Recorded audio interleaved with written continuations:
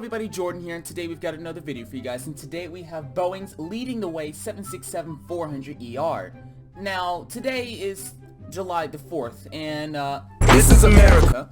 So, yeah, I did a quick poll on the Discord server saying, what plane/airline do you guys think of when I mention America? I got a bunch of different results, and then I ignored every single one of them and just went with this, so thanks for wasting your time. Anyway, mine initially built this with the AV team on their older 764, but we've put it onto this one now. Needless to say, I have company downstairs, and apparently everybody wants me to go downstairs and embarrass myself on the Wii. You're going to be hearing some screaming, probably in the background, just a heads up. Anyways, so with this livery, mine and I converted over to the new 767-400, and as you saw in our last video with the 767, the seating alignment is a little weird since the fuselage width is a little compromised, but let's get started with the tour.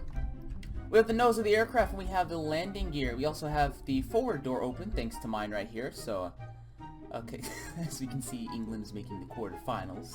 Is more important. Okay, we also have the door right here. We have the front of the aircraft. It states Boeing 767-400, and then it states leading the way, and then they have lines that kind of whoosh in together, and then they have a bunch of pics. It's very complicated. Towards the rear of the aircraft, they just have, like, oh my god. Boeing was so weird in the 90s. It's not necessarily bad, but it's insanely complicated. I mean, look at any Boeing livery that was special in the 90s. It's like, what were you thinking? Towards the rear of the aircraft, it states 767 with, again, more weird stuff in space and time and what stars. We have the horizontal stabilizers, the APU or auxiliary power unit at the back of the aircraft. We also have a tail skid device right there and a rear exit over here. Now on the 767-400, we also have an exit right here. It's very hard to see, but here's the exit. And as you can see, the wing is equipped with raked wingtips for that hashtag fuel efficiency. We have the General Electric CF6 engines, as there are two engine options available for the 764, the Pratt & Whitney PW4000 and the GE CF6.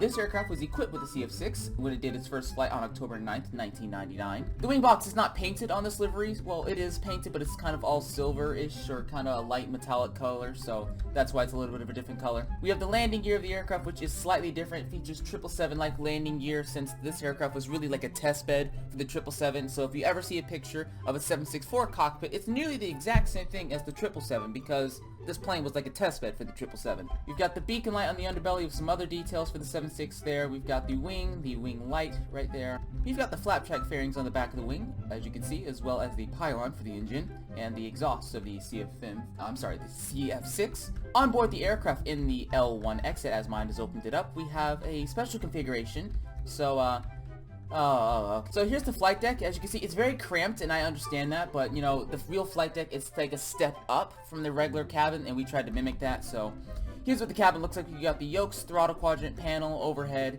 and whatnot. Now, a special thing about this livery was that Boeing demonstrated this livery around the world on its tours, and they put a really special configuration, if you will, on board. So looking at airliners.net, I found a bunch of pictures from 2000 and 1999 showing what the interior looked like, so we tried to mimic that.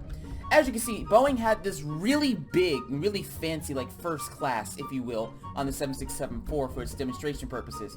And I just threw my compass. And it's really nice. It was like really luxurious. They have a whole different carpet color and everything. And as you can see, this is what they put down there. Mine is right here. And no. Alright, continuing on, in the next part of the aircraft cabin, there was like this business class or something, and it had insane amounts of legroom. I mean, I'll show you a picture of it on the screen. It's to demonstrate the capabilities of what the interior can have. It probably won't have this. It says this aircraft was later on delivered to Delta Airlines. You and I both know Delta doesn't put this much legroom in their planes. Continuing on even further, there's like an economy plus, if you will, and it's basically just, you know, economy plus. Now for this next section of the aircraft, it's a little bit weird. Now if you've ever stepped inside an airplane interior at a museum, you notice how they sometimes will take out the seats and put up information panels. And that's actually what they did on this aircraft. So they took out this entire row and just put these panels full of information about the aircraft. And I thought this was pretty neat to have, you know, kind of like a little bit of a flying museum. And it's also 111 seating for a reason, as said by mine. The real aircraft was in 232. However, we don't have the space for that, so we had to compromise and go with this. You're also probably wondering, hey Jordan, the 737 and 75 and A320 are this wide. Why isn't this wider? And honestly, those planes are inaccurately scaled, so we had to kind of opt for this. So Yeah. Also, just for the fun of it, Boeing decided to take a jab at the A330 and A340, which was its main competitor at the time of the introduction of this aircraft, and they kind of built the cross-section and showed how different the size of the aircraft was, and I'll put a picture of it on the screen, but they had this really weird design where it says, hey, our plane's better than yours, basically, and they did this, so yeah. Towards the rear of the aircraft, we just have a rear galley right here for the flight crew to do their work. We have a rear exit, jump seat, lavatories, and whatnot. We're almost done with this showcase, but as you can see, we have cargo holds on this aircraft, and here's the here's the forward cargo bay of the 767-400 right there, and if we can continue on to the rear of the aircraft, we have the rear cargo bay right here, so all your bags and cargo can go back here. Anyways, ladies and gentlemen, thank you all for watching. As you can see right in front of you, we have mine's F-18 as along with the American flag. It's supposed to be animating and kind of change. There it is, as you can see. But thank you all for watching. If you guys have enjoyed this video, don't forget to like, comment, and subscribe. Smack that like button for more Minecraft madness, and check out all our other cool stuff on this channel. If you'd like to join our server to build with us and see other cool stuff like this, we have the IP in the description and whatnot. Anyway, thank you all for watching. I'm Jordan. See you in the next episode.